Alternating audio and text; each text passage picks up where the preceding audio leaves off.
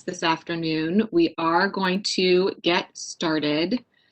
The purpose of today's Finance Committee hearing is to review the 2020 Action Plan for the City of Columbus.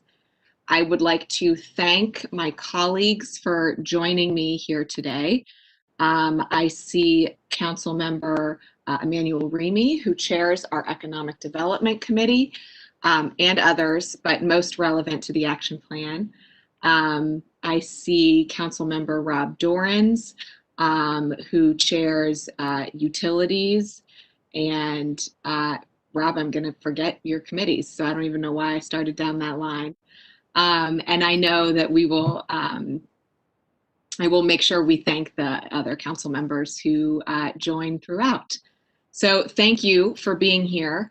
The action plan, the 2021 action plan for the City of Columbus, continues the application and planning process for a group of federal housing and urban development grants into a single document.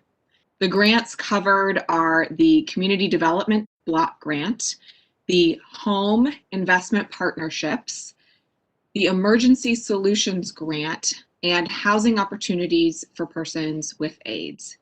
As a condition of receiving these federal dollars, the city is required to submit a 5-year consolidated plan with an annual action plan to allocate funding submitted in each of the program years. The 2021 action plan is the second year of the 2020 through 2024 consolidated plan. These dollars represent important investments in Columbus neighborhoods that focus on the housing, development, and infrastructure needs of low and moderate income households. An important component of allocating these dollars is public feedback.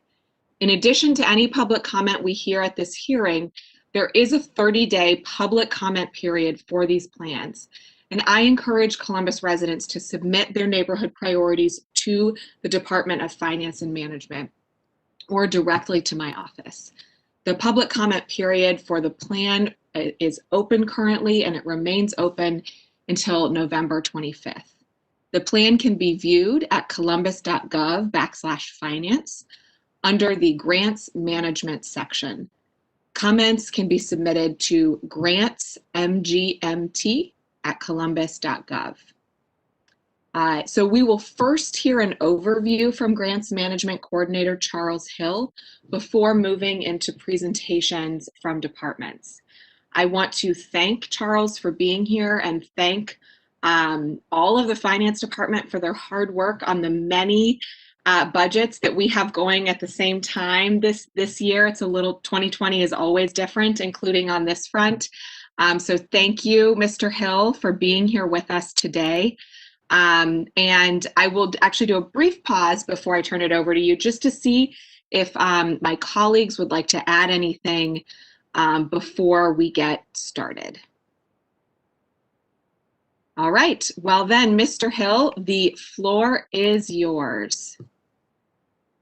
Awesome. Good afternoon, Council Member Brown. Can you hear me okay? I want to make sure that, yep. Technology in 2020 is not all friends, so I want to make sure we're good. We're good. Chair Brown, members of council, thank you for allowing the Finance and Management Department and my colleague departments to present an overview of the city's proposed 2021 Community Development Block Grant Action Plan. I will provide a general overview of the Grants Management Program and then briefly discuss the administrative oversight of the plan and provided by the Finance and Management Grant staff. I will also discuss the timeline moving forward and what our plans for adoption of next year's budget will be. Then each department, as you mentioned, will discuss more specifically the planned projects that they have. The City of Columbus is an entitlement jurisdiction that receives federal funds from Housing and Urban Development, also referred to as HUD, to support a number of local projects, initiatives related to neighborhoods and community activities. This proposed plan is part of the most recently submitted consolidated plan for years 2020 through 2024. It was developed with input from residents, neighborhood organizations, and other community representatives, and is a collaborative effort in which the community identifies as housing, homeless, and community development needs. As a condition of receiving these funds, the City of Columbus is required by HUD to submit a 5-year consolidated plan, which was done last year, in which it outlines the city's housing and community development needs and priorities. The plan also identifies how the money received from the U.S. Department of Housing and Urban Development will be spent over the upcoming program year, taking into account the regulation governing programs to meet locally identified needs. Today, I would like to discuss the proposed 2021 action plan, the activity programs of the plan, and to address the use of these funds. The budget consists of 4 HUD grant programs as follows: Community Development Block Grant, Cdbg, Home Investment Partnership Program, also known as HOME, Emergency Shelter Grant, also known as ESG, Housing Opportunities for Persons with AIDS, HOPWA. The consolidated plan is carried out through the action plan, which provides a summary of action, activities, and resources that will be used each year to address priority needs and goals. The 2021 proposed action plan outlines the city's grants resources, the yearly budgets for each of these grant areas, and a well description of the proposed program and activities. The proposed budget is estimated at approximately $16.7 million, but please keep in mind these are estimates of what the city may receive in grant funds, as the federal government has not yet released its 2021 funds. Finance and Management estimates that this year's budgets, based upon historical data and our best projections from years past. HUD typically will notify us in the spring or early summer of each year for our total award amount.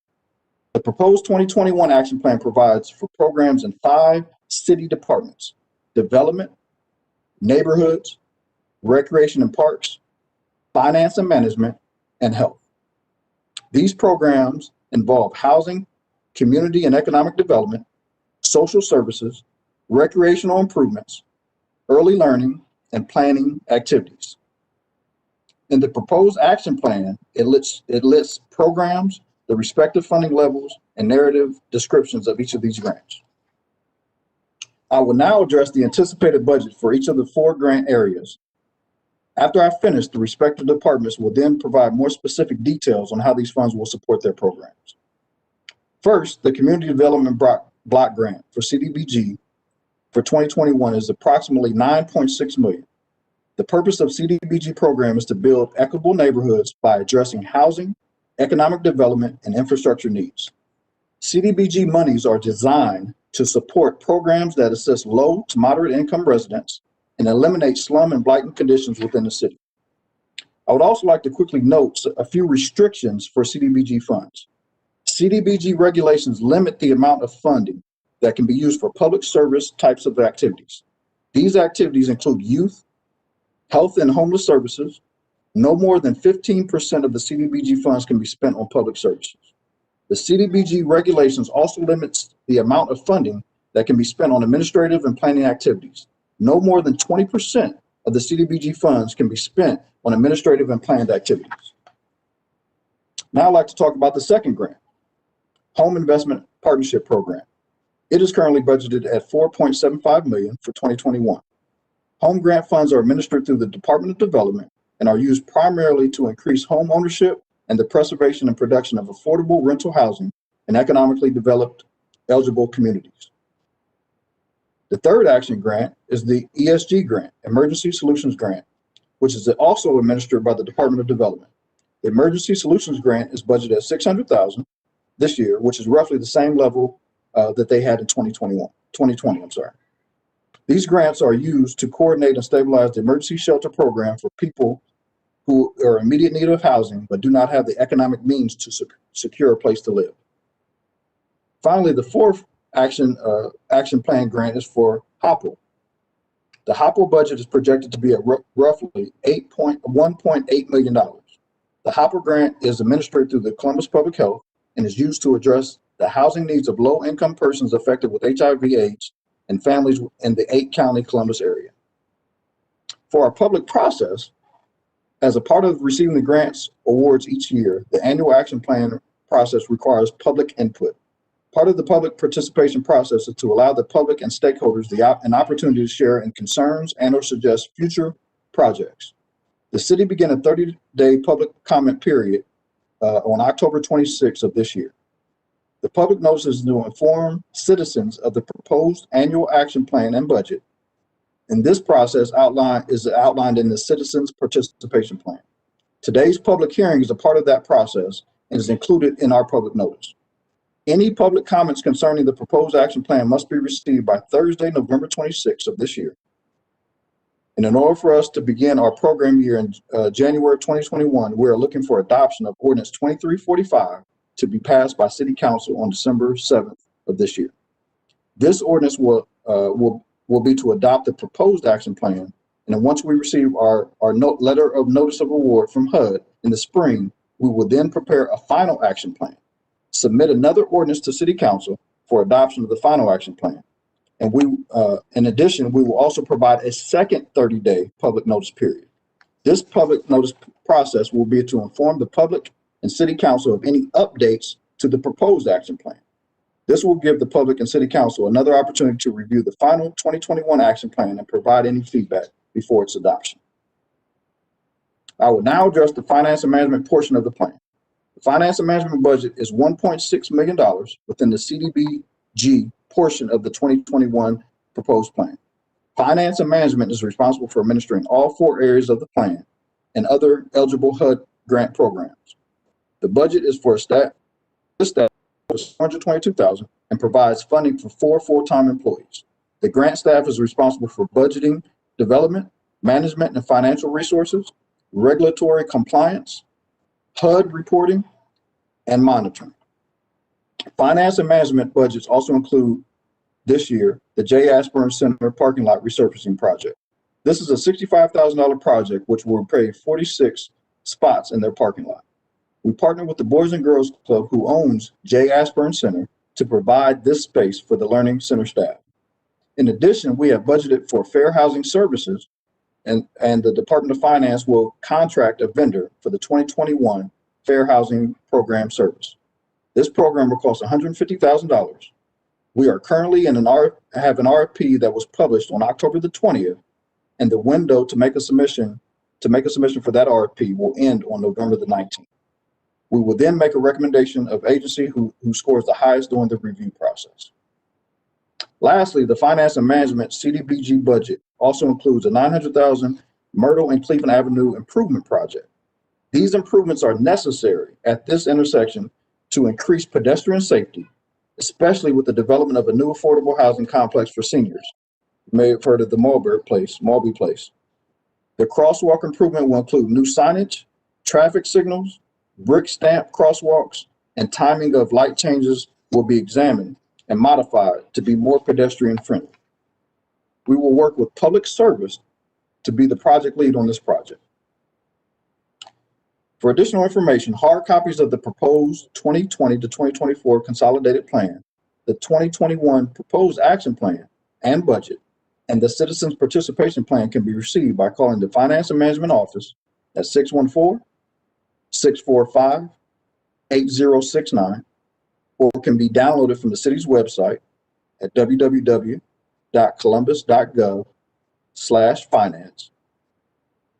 Comments may be sent to the City of Columbus Department of Finance and Management at 90 West Broad Street, Columbus, Ohio, 43215, to the attention of Grants Management Coordinator Charles Hill. And you can also send an email to grantsmgmt@columbus.gov. Finally, I would like to thank the fiscal staffs of Development, Education, Neighborhoods, Recreation and Parks, and Health, and also 3 of the other members of the Finance and Management grant staff, Lucy McMahon, Matt LaRoche, and Robert Morris, for all their efforts in coordinating this action plan. Councilmember Brown, this concludes my briefing. Thank you for the opportunity to present the 2020 proposed action plan, and I will be happy to answer any questions you may have. Thank you, Mr. Hill, and thank you to the whole grants management team. I have my wits about me a little bit more, and the committee I wanted to highlight that Councilmember Doran's chairs is the Neighborhoods Committee, and which is most relevant to our discussions here today, and from whom we'll be hearing a presentation. we're also joined by Councilmember Favor, who chairs our Housing Committee. I want to give members an opportunity to ask Mr. Hill questions before turning it over to Hannah Jones, who is the Deputy Director of the Department of Development, and will speak to those issues regarding housing and economic development contained in the plan. But before I do that, I would like to just help folks out. If you're looking to access the plan on the website, after you go to that page, scroll down to the grants management section. Once you click there, you'll be given a couple links that you can click on, and the action plan is one of those. So that URL is a little long to make sense, but once you're at the columbus.gov/finance, just scroll down to grants management and you will be able to easily pull up the action plan. Or as Charles said, you can call for a hard copy. Do my colleagues have any questions of Mr. Hill? Okay, great. One question I have for you, Mr. Hill, before we move on to Ms. Jones is just, I know that this grant, it's pretty prescriptive from the federal government about our public outreach. And I know that you are newer to the finance department. You came on board this year. And one of the things that you are going to be thinking about, you and I have had conversations about, is to how to continue with the sort of prescriptive baseline requirements that that HUD has of us in this plan, and then think about additional ways that we can tailor that process to Columbus so that we're getting the most feedback possible. If you want to add anything to that, the floor is yours to do so, but I did want to just highlight that you and I have had that conversation, which I think is a really important part of moving into additional years of this consolidated plan. No, thank you, Councilmember Brown. You actually summed it up great. The only thing I would add to that is just one thing that I mentioned in my comments is that we're providing this year another 30-day period for the final action plan that will be submitted at some point in the late spring or early summer. And so you will have a great opportunity twice to actually look at the final action plan before it goes to adoption. So we're looking for more input from the community. We anticipate that in the years coming, we will have more public input from them, and then we'll be able to provide the necessary things that they need here in the community. So thank you for your time and your support. Great. Thank you, Mr. Hill. So Deputy Director Jones of the Department of Development, the floor is now yours. Good afternoon. Thank you, Chair Brown and members of Council, for the opportunity to present our department's portion of the 2021 action plan.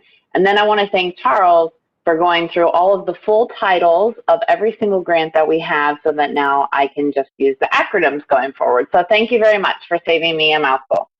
The sum total of the Department of Development's 2021 Cdbg, home, and ESG budgets is $7,425,000. This breaks out to $2 million for Cdbg, $4,775,000 for home, and $600,000 for our ESG budgets, respectively. Affordable housing continues to be a high priority for our department. The City of Columbus is dedicated to ensuring that homeowners and tenants are both provided with safe and sanitary living conditions in our community. The goal is to ultimately foster a housing market where every household can obtain housing in the private market, and where that doesn't occur, to be sure that we are effectively supplementing the market in order to be sure that safe conditions are found for everyone who needs housing. For our Cdbg allocation, we will use it for the following programs. $845,000 will go for our roof repair program. This program focuses on replacing roofs and roofing elements to ensure that we are providing dry, safe, and sanitary housing. We look to serve 85 households at or below 80% of our community's area median income. We will be allocating $800,000 for our critical home repair program. This program provides for prioritized essential home repairs. And these funds look to serve 40 low to moderate income households. $250,000 will go towards partnerships that we have with local nonprofits to administer our chores program, which offers low to moderate income seniors and disabled individuals with minor home repairs in order to help them better navigate their homes and stay safely housed where they are. We estimate serving 125 qualifying households with this funding. And then $110,000 will be allocated to our home buyer counseling agencies to provide residents with pre-purchase, foreclosure, and eviction prevention counseling to ensure that our residents have the opportunity to remain housed and to pursue home ownership opportunities. Our home funds are designed to meet the needs and address the affordable housing crisis by preserving and expanding housing options in our community.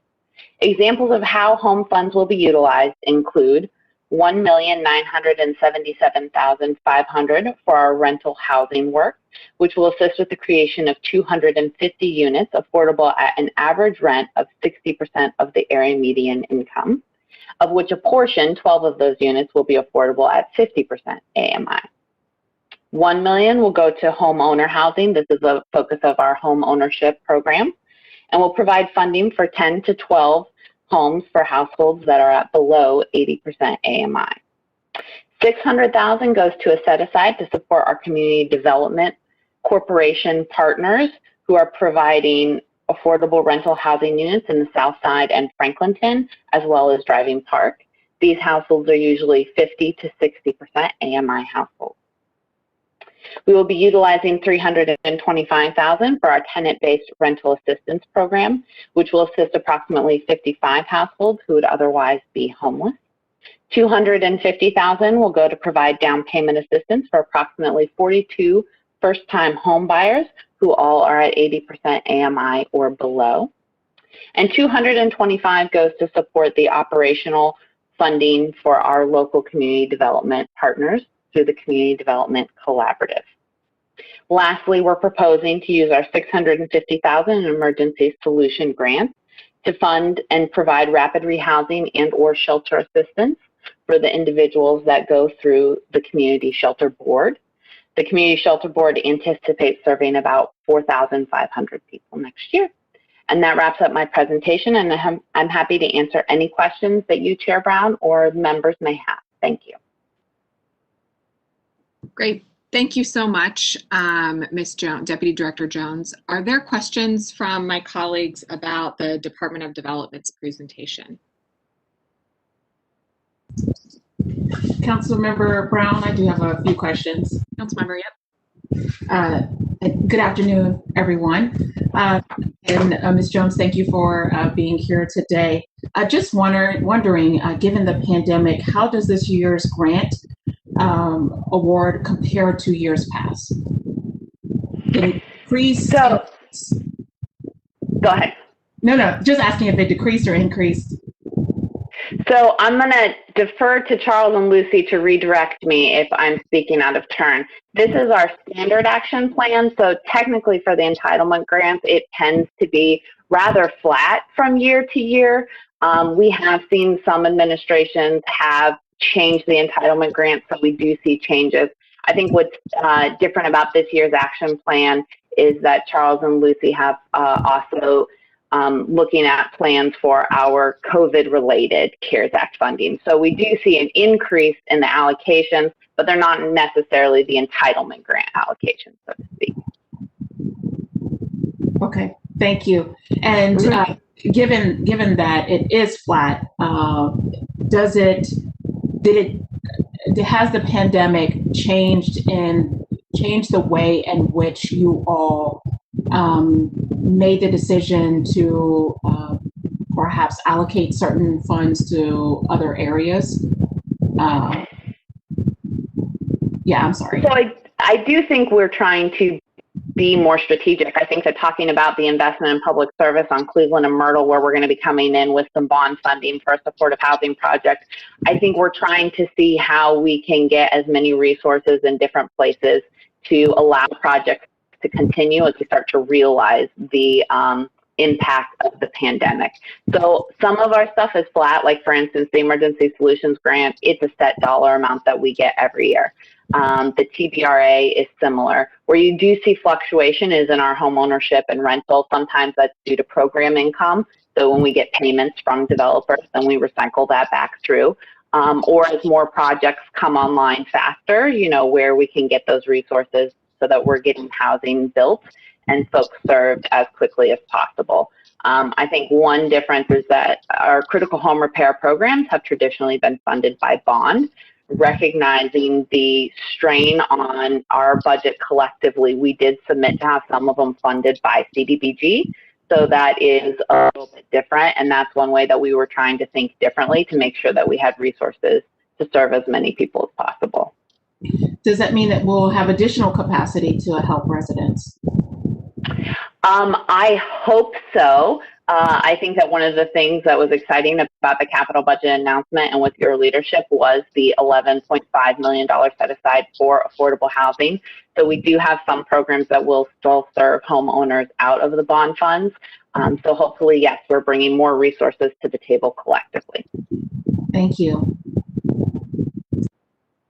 Thank you, Council Member. And thank you so much, Deputy Director Jones. I have some questions. Yep, Councilmember Remy. Thank you, Chair. I appreciate that. On the roof repair program, is that typically fully utilized? The roof repair and critical home repair typically fully utilized year in and year out? So roof repair, absolutely 100%. It is a very overprescribed program. The critical home repair program, when it's under bond, has been. We do see with Cdbg, we often are doing loans because these are improvements that help stabilize a family, but might not necessarily be like a roof falling in or a basement caving in, right? So oftentimes it's over and above some additional improvements that are needed. So we tend to do loans on those, and these are deferred loans that sit on the property, 0 interest. But sometimes people don't feel comfortable taking loans. So we would like to see that program get overprescribed, but not quite there because, folks sometimes feel uncomfortable with that process.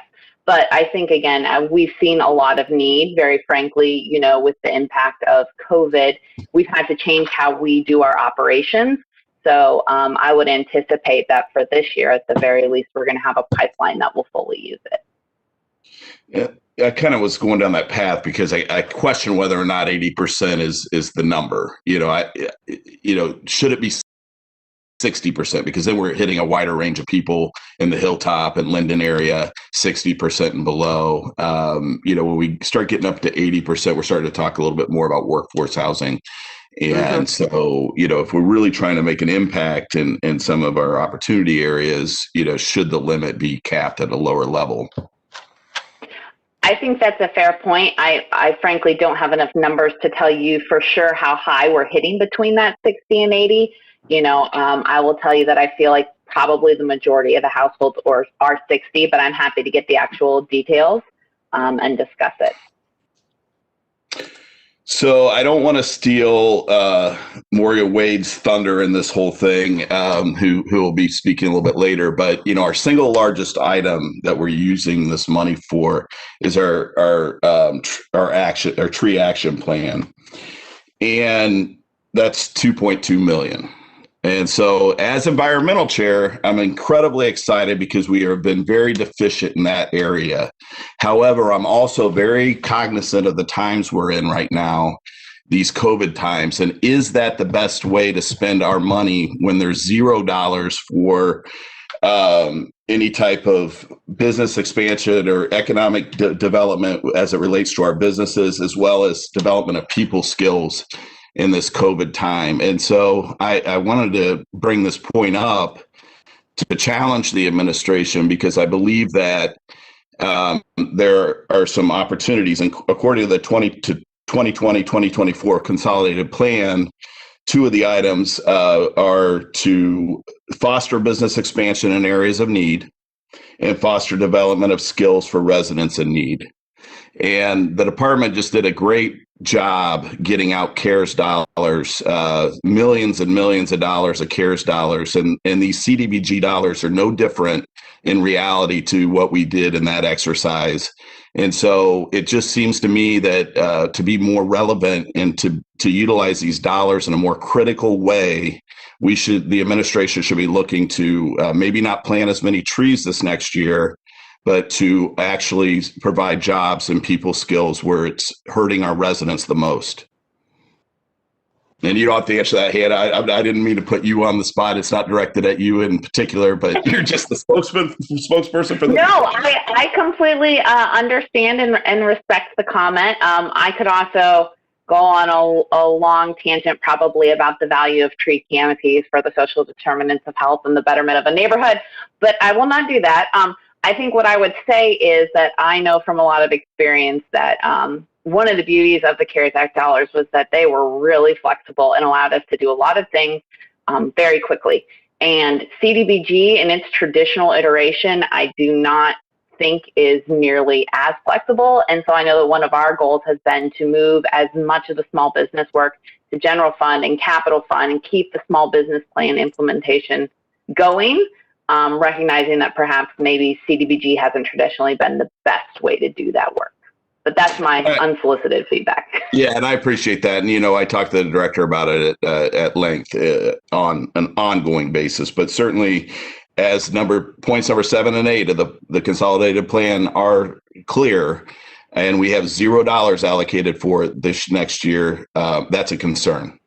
I have a concern there. Thank you. Thank you so much, Councilmember Remy. I think that's a really valuable point. And I am wondering if, Mr. Hill, if you have any information around parameters or constraints or lack thereof, while the goal is stated in our consolidated plan, sort of what framework exists, ways in which those are required to be spent by HUD. If you have any of that information now, we would love to have you comment on that. If you don't, I would ask that you send that information to myself and to Councilmember Remy as follow-up from the hearing. Yes, sure. I don't. Thanks for the question too. I don't have it currently with me, as you know. I'm still trying to go through the weeds of getting all these regulations and stuff together, but definitely duly noted. I did get that. Councilmember Remy made a note here, and I'll follow back up with you, make sure you get the right information. Okay, that sounds great. Given that what we're looking at here is 1 year in a 5-year plan, we want to be cognizant of, what kind of framework we approach each year in allocating these dollars to different places. So thank you, Councilmember Remy, for that, and Mr. Hill for your follow-up. Are there any other questions for Deputy Director Jones before we move along to the Department of Public Service? All right, hearing none. Thank you for joining us, Steve Wenzel, who is Assistant Director of the Department of Public Service. The floor is yours. Thank you, Finance Chair Brown, members of Council. Thank you for this opportunity to speak briefly about the Department of Public Service's proposed 2021 Action Plan projects. The Department's proposed Action Plan budget totals $522,680 in 2021. Which is made up of funding provided by Community Development Block Grant Funds, or Cdbg funds, to achieve the goal of public facilities and infrastructure improvements that will invest in sidewalks by filling in sidewalk gaps in the Franklinton area that will help improve the quality of life of residents. Public facilities and infrastructure play a vital role in making the city and neighborhoods work for the residents and businesses. This budget proposal will continue to support programs focused on public improvements and maintaining and creating infrastructure necessary to meet the everyday needs of people and businesses. During the focus group meetings when developing the 2020-2024 consolidated plan, participants noted that many neighborhoods in Columbus are in need of public improvements and infrastructure maintenance in order to meet the needs of residents and businesses. In addition, it was the most prioritized need in the community survey. More specifically, the most frequent transportation-related topic in the focus groups was the need for ADA-compliant pedestrian improvements throughout the city. This project will construct 4,181 feet of sidewalk gaps and ADA curb ramps along 39 locations on multiple streets in the Franklinton Cdbg target area. This project will construct small, missing sections of sidewalk to provide safer, more passable pedestrian corridors and connections to arterial streets and bus stops. Gaps in the sidewalk network limit the mobility of pedestrians and disabled persons, especially where there is a high density of people who walk within that area. Improvements will consist of new concrete sidewalks to fill in the gaps, replacement of impassable sidewalks, driveway aprons, alley approaches, curbs, curb ramps, as well as installing and repairing ADA ramps throughout the neighborhood. Existing roads, alleys, sidewalks, and other existing infrastructure components that are impacted by this project will be repaired as necessary. Again, I would like to thank Council for this opportunity to review Public Services proposed 2021 action plan projects, and I'd be happy to answer any questions that you might have. Thank you so much. Are there any questions from my colleagues? President Pro Tem, do you mind if I ask a question? Please. Mr. Wetzel, could you, I think everyone on council and everyone in the city hears from folks in neighborhoods that lack sidewalks about, hey, when are we going to get one in this neighborhood or that neighborhood?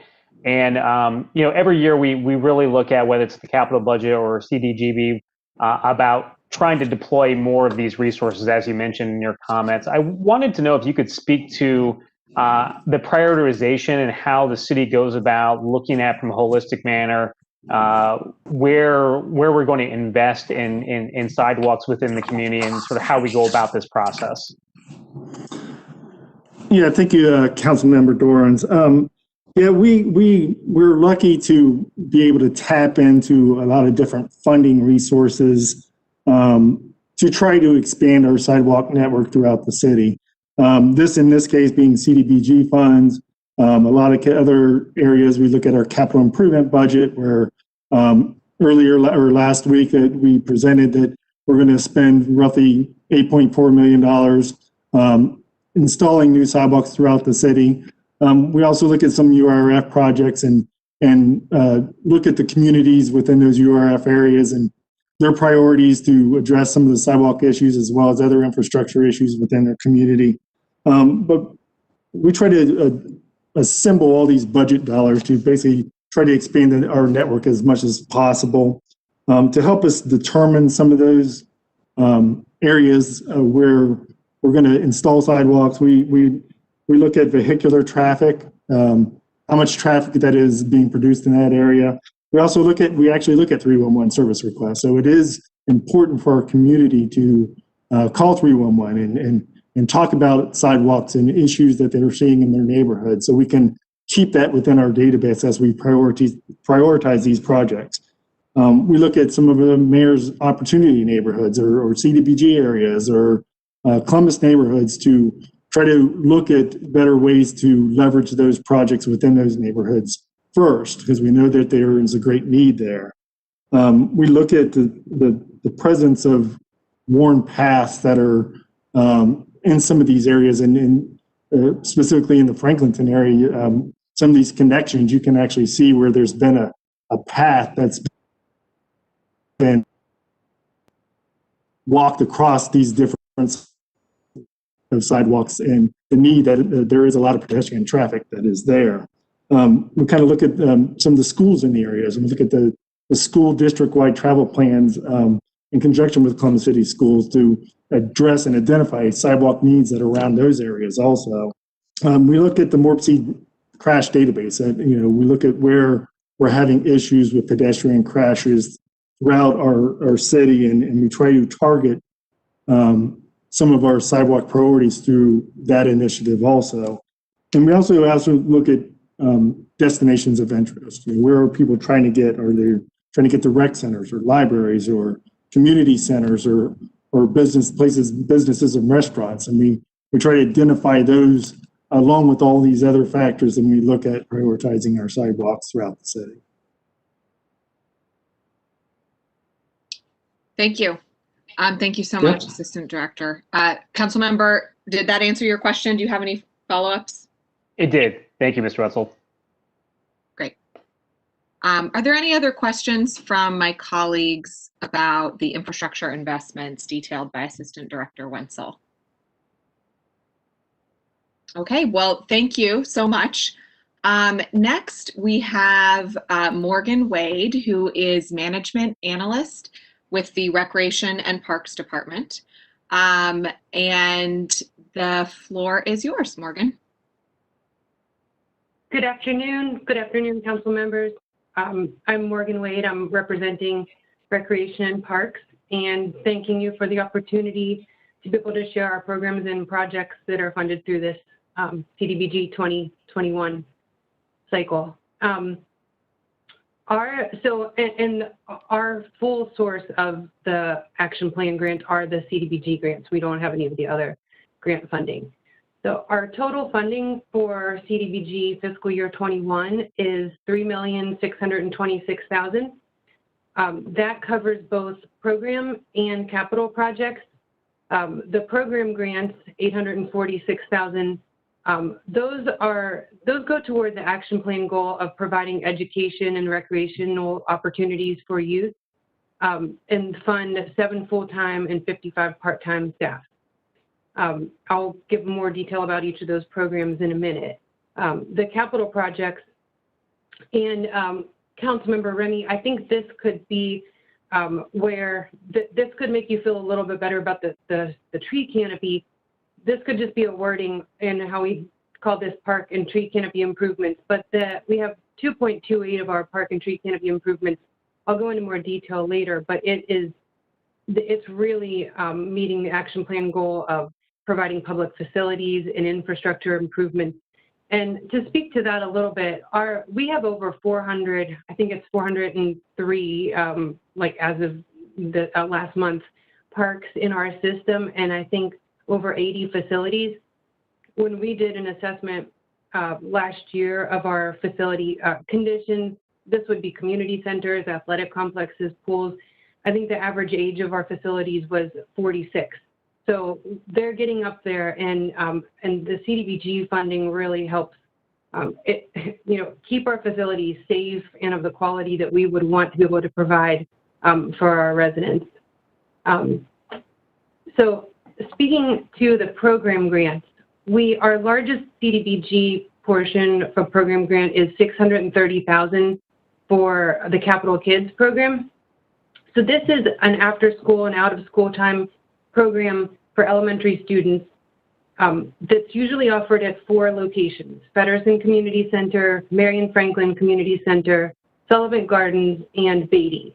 In a non-COVID year, it's an after-school program that serves approximately 400 kids. And then during spring break and then the 8 weeks of summer camp, it's a full-day program for nearly 200 kids. Cdbg funds 5 full-time employee staff costs and 40 part-time employee staff costs. During this COVID year, things are a little bit different, and this program is offered at 3 of these locations on a full-time, 8:30 a.m. to 5 p.m., and we're able to serve 46 kids. And that's really a capacity issue just because of the number of kids that we can have in each group and keeping it with safe social distancing. Fitness camps received $90,000 of our Cdbg funding, and that is for 15 part-time employees. These are traditionally offered at Driving Park, Glenwood, Marion Franklin, and Douglas community centers. The fitness camp is for ages 5 to 15. We're almost always at a capacity of 200 campers with a wait list. And this is a program that when you register, you're served the whole 8 weeks of the summer. It's a program, variety of camp activities, but they're all meant to be sports instruction, skill building, developing a confidence and a love for participating in sports, and focus on fitness challenges and achievement. This is a program that is open to registrants that meet the Cdbg income eligibility. And I think this last year we saw the majority of our residents in the program fell in the 30 to 50% AMI. This year, we actually are funding some of our community rec center programming through Cdbg for $126,000. This is the cost of an assistant center manager and a recreation center manager at one of our community recreation centers.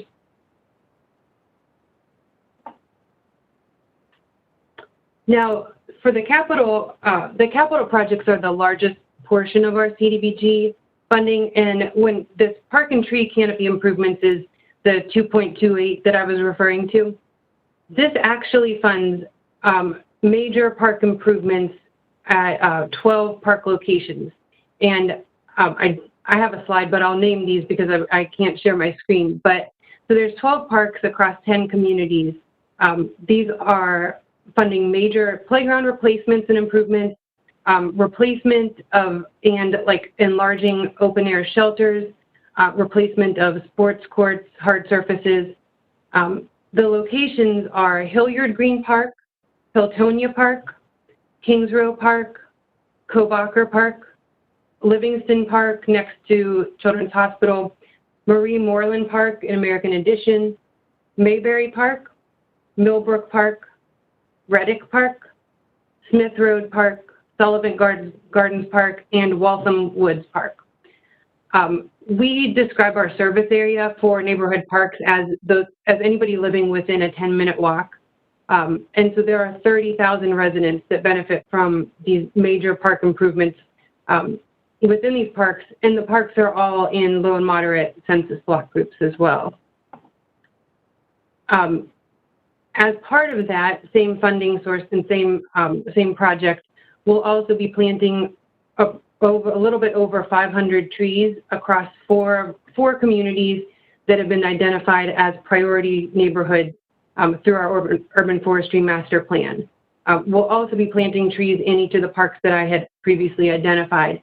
The communities are North Central, Far South, South Side, and Southwest. And 500 by no means, gets a full tree canopy in those neighborhoods, but it is a start to improving the canopy. And the neighborhoods were selected based on, well, as I said, they're priority neighborhoods for UFMP, but they all have a tree canopy that's between 18 to 25%, which is on the low side for our city. And they have a high vulnerability, according to their social equity index. For those trees, there are 65,000 residents that live in the immediate neighborhood that are benefiting from that investment. Of course, we know that planting trees anywhere in our city benefits the city as a whole too. And lastly, we were thrilled about this one. The Glenwood Pool is a pool located at Glenwood Park on the hilltop that was built in 1972. And we've received $500,000 in Cdbg to fund the architecture and engineering work that will begin that we need to begin that pool replacement. This is the only aquatic facility that serves the entire hilltop community. Whereas we talked about for a neighborhood park, we have a 10-minute walk as our service area. For something like a community rec center or a community pool, we know that 90% of the people that come to our community pool come from within a 10-minute drive. There's almost 140,000 residents that live within that 10-minute drive of the Glenwood Pool. Each year, the pool sees over 10,000 pool visitors, but we're always having unforeseen repairs and disruptions in our programming and being able to offer open swim. It's just, the pool needs our attention, and we're thrilled to be able to do this. We have a therapeutic rec program that's growing in the aquatics area, and we're not able to use this pool for therapeutic recreation because It just wasn't made with accessibility in mind back in 1972, and it doesn't have a zero entry. It's hard to do our pre-K parent-child swim lessons there. So this is a huge benefit to the community, and we'll be really thrilled in 3 to 4 years when we have the new pool that this funding started. But I thank you for your time and happy to answer any questions about these projects or the programs. Thank you so much, Ms. Wade. Appreciate the presentation. Also apologize about the technical difficulties, which I think multiple presenters had. We're trying to figure it out, but it's 2020. So Yeah. I wouldn't expect anything less. That's right. That's right. Are there questions from... Council member, excuse me, if anyone would like to share their screen, please just let me know and I will give them presenter rights. It's no problem. Oh, okay. Okay. I just need to know who. Okay. Well, I do think that Public Health, who's coming up next, does also have a presentation. I didn't realize until just now that folks were having these technical difficulties, or I would have alerted you, Angie. So I think we will need your powers in a second here on Public Health. But Ms. Wade, thank you for the presentation and for detailing the use of these funds for our Recreation and Parks Department, which serves some of our residents who are hit most acutely by this crisis that we're in right now. So thank you for that.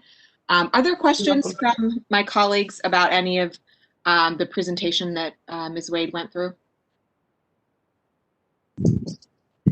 Pro Tem Brown, I do. I guess, Ms. Wade, thank you for your presentation. I definitely want to echo the comments that were made by Councilmember Remy earlier. And let me be clear, I understand the importance of our canopy and ensuring that we're continuing to invest in our parks. But just looking at that number, and I'm sorry, my eyes are diverting because I'm toggling back and forth between the action plan itself. So, looking at that large number, 2.2, and, given the fact that we are in the midst of a pandemic, and for the majority of this year, our residents have been unable to really access our parks or the facilities themselves. So I just wanted to make sure, I guess I wanted to clarify that I understood exactly. I think you stated that there were going to be 500 trees that were going to be purchased as a part of that 2.2, and then updates to the actual facilities located in the parks themselves. Yes, so the 500 trees, just to give an idea of the 2.2, because it sounds like, it's a huge number. It's a little bit less. It's around 200,000 that actually goes towards the trees. By far the largest portion of the funding, there's the pool, the 500,000 for the Glenwood Pool, architecture and engineering. But from within that 2.2, by far the largest portion of funding goes toward the playgrounds. So all of those locations, the playgrounds are really what drives the location choice in the first place. Playgrounds that we have known, like continuous repair issues that have met or are close to meeting the end of their life cycle. Parks that we get 311 requests from residents, parks that are in opportunity neighborhoods. So the playground is a huge portion of that budget. And I would say that in a pandemic, the parks have been, so at least working in the rec and parks every day, I'm probably biased to this, but seeing how people have relied on the park, and especially the playgrounds and the outdoor. They were closed in the beginning of, during the pandemic, but then we did open our playgrounds as news evolved about how, things are transmitted. But we've seen at least like a 40% increase in our park usage. And facilities, I do hear what you're saying with the facility the improvements to anything, the courts, the shelters. I think that people are looking to that because, of course, now going into winter, a little bit less, but those are the experiences that people are able to get out and still be with their family or their close group of friends in, a safe environment and really looking to us. And we've seen, heavier impact on our parks than any year ever. So that's why I feel very good about this investment. Yeah, and I definitely, I'm glad that our parks were available for residents to use during the pandemic. But I also want to be cognizant of the fact that our messaging is in alignment with the budget and making sure that our priorities are elevated and going into 2021, recognizing that, we're hitting our third wave and, we are officially going into a curfew period, and hopefully that won't last too long. But just want to make sure that our investments are reflecting the fact that it's not a regular budget year, and right. So although they have had some things that were originally planned, that those certain items may need to be shifted. In order to address some of the other needs that are pressing in our city. So thank you, Ms. Wade. Thanks. Thank you, Council Member. And I will just echo from my perspective, chairing the Recreation and Parks Department, how much their services also inside the centers have been used this year by families who have very few choices. Especially with our city schools being out and the work that they have done to make their centers available to be safe places for kids to come, for families to come. And I emphasize the word safe because honestly, unlike other places in the city, and not throwing shade on them, but just they don't have this relationship, our Recreation and Parks Department doesn't take 5 steps forward unless they clear those with the Public Health Department. So their relationship with Dr. Roberts, I think, is a crucial one to making them some of the very best places that people can still have resources in this city.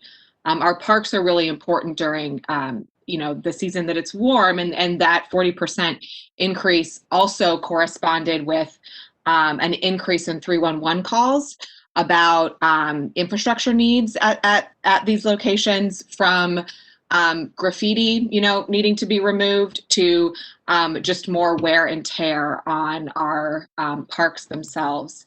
But the facilities too have, I think, been of great service to our residents in the pandemic. And so I am 100% in alignment with my colleagues on the fact that we need to approach this year's Consolidated Action Plan with the pandemic in mind and understand how we are addressing the highest needs for our residents. I think they are exactly right. And I would just add to that I firmly believe an investment of solid proportion in our recreation and parks is a part of that need that we're seeing in the city. So for what it's worth, I wanted to kind of echo some of the things I've been hearing from the director throughout the year. Thank you. Mm-hmm. Are there other questions from colleagues? Okay, great. And next we have Stacy Herman from Columbus Public Health, who is a program manager. Good afternoon. Hello, Finance Chair Brown and members of Council. Do you have a presentation? Was I right about that?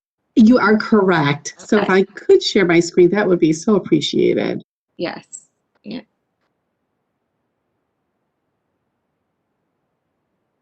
Okay. It'll just take me a second to get this set up. Yep, Angie, thank you very much.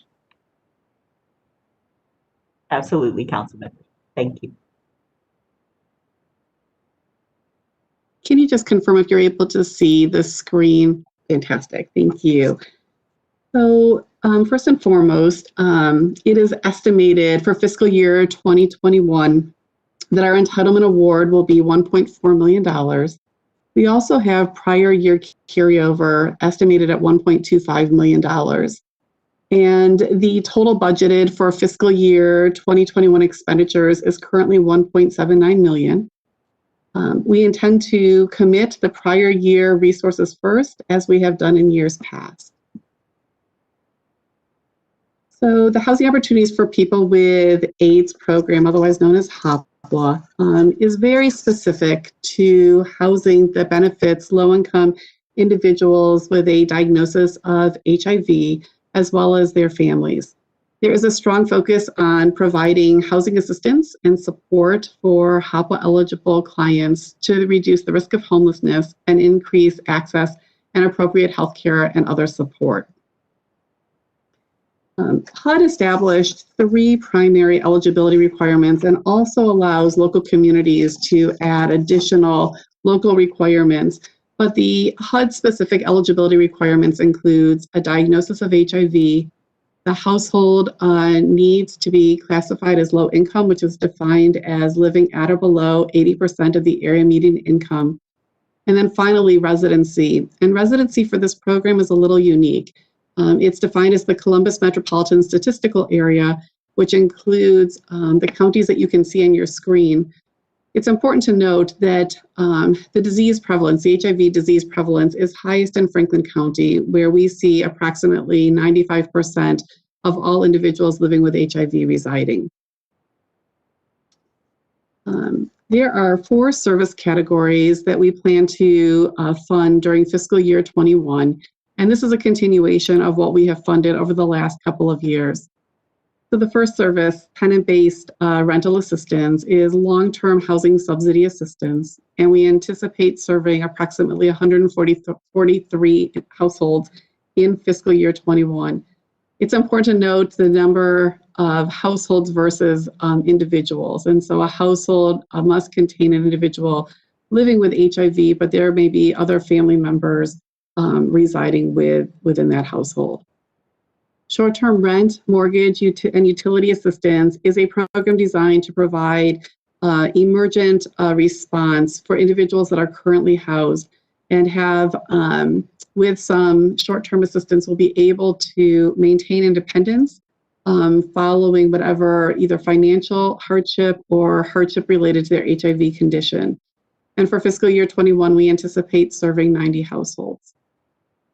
Permanent housing placement is a service that assists individuals with establishing housing, and we have locally tied our permanent housing placement program to our tenant-based rental assistance program.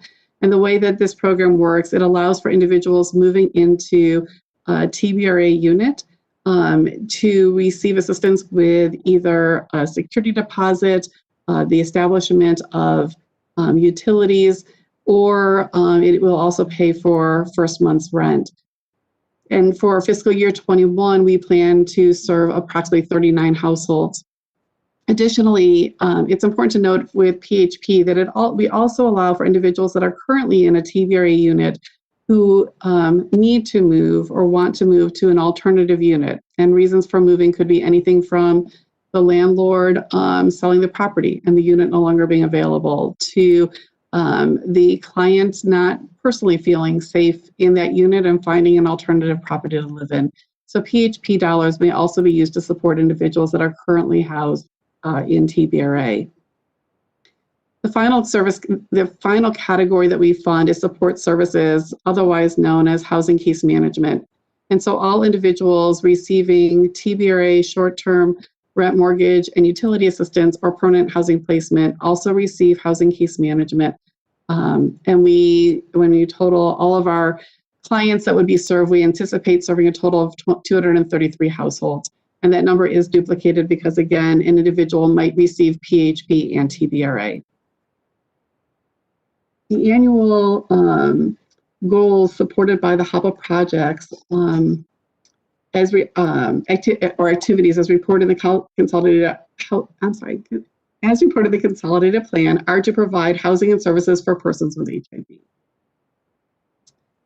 So to make all of this happen, we contract our dollars out currently to 5 different organizations, and they include Equitas Health, Lutheran Social Services Faith Mission, Jewish Family Services, who specifically provides supportive employment programs, Lancaster Fairfield Community Action Agency, who is one of our rural partners, and finally Licking County Coalition for Housing, who is another rural partner. And with that, I'll stop sharing my screen and welcome any questions that you might have. Thank you so much. Can you explain to us why you are funding Columbus MSA priorities as the Columbus Public Health Department? I will try to answer that, but certainly, Charles, feel free to jump in if I don't fully capture the information. So it is my understanding that HUD requires, or we receive formula funding, and in that formula funding, it is for the Columbus MSA.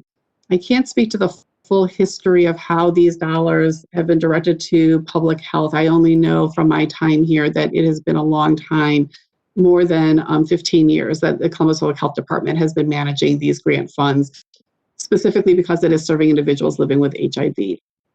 Okay, thank you. Charles, is there anything that you or anyone on your team would add about why we receive these dollars versus the public health departments of those counties that exist in our MSA? Yeah, I was going to say, Stacy did a good job of summing it up. I'll refer to my colleague Lucy if she has anything to add real quick, and then I'll chime in at the end. Lucy, is there anything that you would like to add?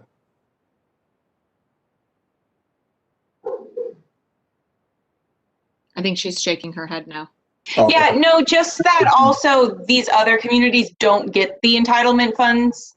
Yeah. So the city of Columbus is the centralized allocated responsible entity, and we serve those other communities. Is there a formula that we're prescribed to or that we're obligated to when HUD sends them out? You know, based on, you know, how many folks within our jurisdiction versus neighboring jurisdictions within the MSA? Go ahead, Stacy. I'm going to try to answer your question, and I'll apologize if it's less than eloquent, but my understanding is that the communities are divided based upon geographic, and the formula award has shifted, and it is now based on the number of individuals living with HIV and AIDS. So again, I'm not sure if I'm fully answering your question. I can say that HOPWA is the oldest program out there that is specifically serving individuals living with HIV. More recently, Ryan White legislation was enacted, and Ryan White legislation runs in a very similar way. Another federal funding source, a federal program funded through HRSA, so through HHS, and similarly, we cover an 8-county area, the exact same 8-county area. So I apologize, I think you're asking a great question. I don't know if I'm fully capturing your answer, giving you the answer you're fully looking for. No, that's helpful. All of that is good and helpful. Thank you. Go ahead. I was just going to say, again, I want to reemphasize that 95%, I believe, of all individuals living with HIV in this 8-county area reside in Franklin County. And so the disease prevalence really is here and not in these smaller counties. All right, thank you for that so much. Do any of my colleagues have questions? I also see that Council President Hardin joined us some time ago. Thank you so much for being here. Are there questions from any of my colleagues for public health? All right. Well, hearing no further questions, thank you again for your presentation, Ms. Herman. And our final presentation is Julia Carter, who's Assistant Director of the Department of Neighborhoods. Ms. Carter, please let me know at the beginning if you need, I don't think you have a presentation, but if you need one, again, Angie has the powers and she can bestow them accordingly. The floor is yours.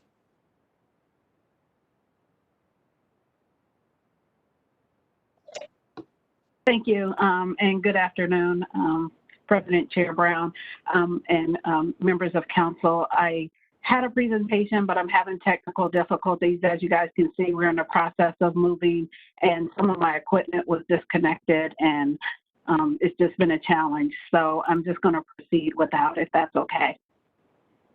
I'm Julia Carter, Assistant Director and Fiscal Manager for the Department of Neighborhoods.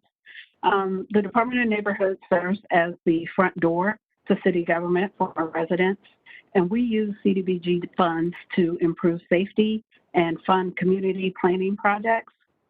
Our Cdbg carryover for 2020 into 2021 will be $1.5 million for the new Fresh Market in Linden. This is formerly the Eagle Market, and this project is currently underway. The goal is to improve health outcomes for residents in Linden. And our 2021 budget is just over $1.9 million and will include funding for 3 full-time employees and implementation projects identified by the community in the One Linden and Envision Hilltop plans.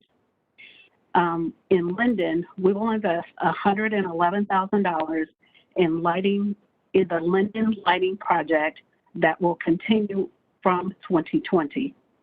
Funding will be used to replace luminaires, prune trees as needed to create greater visibility, and these investments are coordinated with the installation of shot spotter and other efforts to improve safety.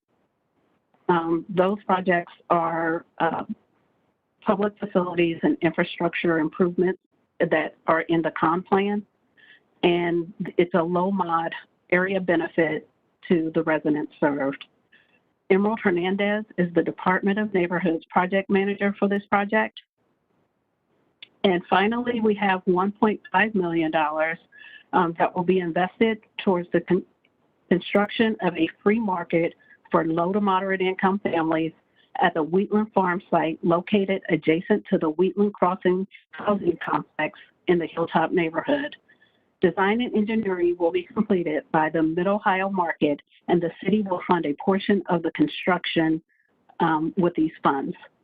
And this is also a health improvement and will serve the residents of Hilltop. Nick Bankston is the Department of Neighborhoods project manager who oversees this project. And that's all I have, and I'll be glad to answer any questions that you may have. Thank you so much, Ms. Carter. We appreciate your time and your presentation. Are there questions for my colleagues, for the Department of Neighborhoods? President Pro Tem Brown. Yes, please, council member.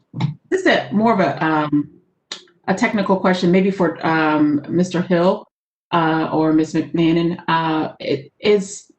And maybe I might have missed it in your opening remarks since I logged on a little late, but is the Department of Neighborhoods the only department that is funding FTEs with this year's allotment, or did I miss that?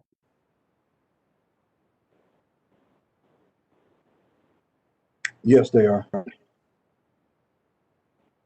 Yeah. Okay. Well, aren't there a couple FTEs in Rec and Parks who are being funded by this? I know they're part-time.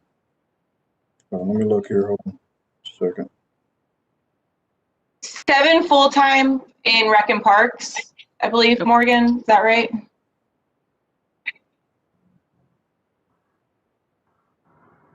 And we don't utilize Cdbg, but we do have staff support in home funds. So we use that partly for admin as well. Is that consistent? I know that's consistent for the Department of Development, but is that consistent for neighborhoods and Rex and Park as well? So year over year, basically. 55 part-time, yeah. I'm sorry, you cut out.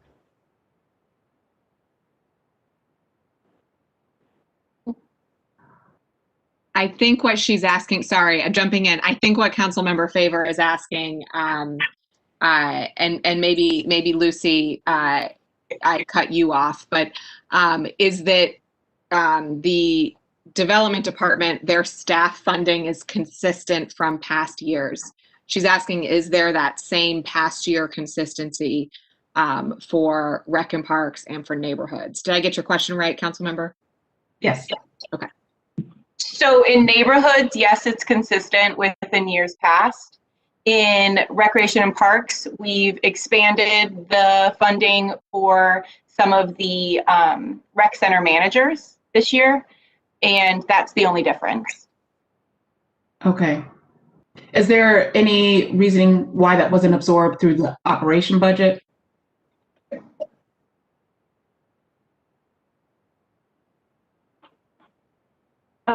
I can speak to that if you're speaking about the center managers, right? It's likely it's an assistant center manager and recreation lead that is that funding. That is, it's not a program expansion, so it's not that there are additional community recreation staff that are funded through there. There are other expenses that we've just shifted things around. There are other expenses that are covered now by the operating budget that might be program supplies, particularly additional supplies that were needed during the pandemic, and just other program costs. So this is that community recreation center staffing has just moved over to Cdbg. Thank you.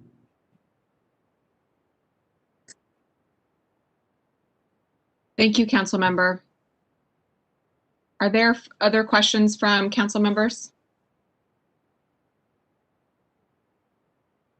All right. Hearing none, we do have, this is the public comment portion, and we have one person who has submitted a speaker slip for public comment. So I want to make sure with Miss Angie that Dr. Saleshi, President and CEO of ETSS, is on the line and that we are able to hear him. Now would be the time for his comments and input. Councilmember, can you give me that first name, please? Yep, Saleshi, S-E-L-E-S-H-I, ASFA, A-S-F-A-W. Yes, we do have them. One moment. All right, did you hear me? Yes, we can hear you, Dr. Saleshi, yes. Good afternoon, I'm glad to see your face, and my friends, council members, Remy and Dorrance and Favor and all the department staff. Thank you for the opportunity. Just I'm here to really to make my voice on behalf of New Americans to be heard, to be included in this wonderful budget for the 2021, because as you know, our New Americans are living in Columbus. We love our city and council, that a welcoming city. So, but usually, when this budget's approved, including us or embracing us is not really. It's good to having the housing development and infrastructure is really a very critical thing for our community. But at the same time, we need support and social services after school, in school, out of school, summer camp activities for our new Americans and also in general for our youth. So I'm really highly recommending investing in our kids. With generous support this year, we got funding from a Parks and Recreation Department to run our summer camp this year, which is really an excellent program, which increases our enrollment by 35%. But this is a CARES Act grant, which we will not get it by next year. So really, we want to continue those kind of activities and be included in the budget in some way, one in the Recreation and Parks Department, and the other side on the housing development, where parents need some kind of, to be integrated. adult literacy, parenting engagement. So really, we want to be part of the budget, and we should not be left out. And that's my recommendation, because investing in our children is really so important investment for all of us. So that's what I'm here. I just put my written testimony there. You can, all of you can read it at it. But in general, this is what I am here today. Thank you. Thank you so much for your testimony. And I am glad to know that the CARES Act dollars have been useful to serve the new American population. I did see that that ETSS is working on learning extension centers, and that you've partnered with Columbus City Schools to increase parent engagement using bilingual staff members in multiple languages. I know ETSS is keenly aware of the diversity of languages spoken in Columbus and how important it is to recognize that our young people who are learning every day from our schools are speaking dozens of languages. So I appreciate that. And I wanted to highlight that the budgets under consideration currently for Columbus are this one with Cdbg dollars. We just passed the capital budget last night, and then we're opening up operating budget deliberations over, currently to continue over the next couple months. I am not aware of the past relationship between Cdbg dollars and sort of external grantees. And I just wondered if Charles and Lucy had any insight there about that past relationship with external grantees to the city. Obviously, I know that HOPWA is given externally. Yeah, there's no current direct relationship there. It was noted. I did get his note too, so we'll definitely look at that moving forward. But there is no direct correlation that I've seen in the past. Okay. Lucy, I'm not sure if you have anything to add. Lucy, did you have anything? Yes, thank you. And I appreciate the testimony. The only thing I'd add is that we do have a 15% public service cap. And so when we do fund staff within the city, like we just had that conversation about, it kind of pushes us to our max and makes it difficult for us to have more available funding for external agency public service activities. Okay, thank you. So Dr. Slushy, we will definitely stay in touch with you about your testimony, and we appreciate you being here with us this afternoon. Are there any further questions or comments from my colleagues? Okay. Well, that was our one speaker slip, so we are at the portion of the hearing now where we will conclude. And I did want to, more expressly give council members the opportunity for any closing remarks or any overriding themes that have stuck with you. Again, we are continuing to get public comment on the budget. And I think that a lot of the input we've gotten here tonight from the public, but from council members specifically, has been very important. And I know that the finance department, I believe that the finance department is grateful for that. And we appreciate that being folded into the additional months of engagement around this budget.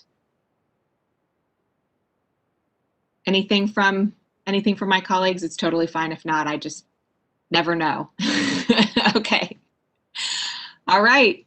Well, thank you all again. Appreciate each of the departments being involved here this evening. And I appreciate the work of the grants management team to facilitate this hearing and to get us to this point. I want to again remind everyone that the comment period for the action plan remains open until November 25th. We expect to consider the budget for final passage on December 7th at that City Council meeting. So with no further business before us, I appreciate everyone's participation, and this concludes our hearing. Thank you.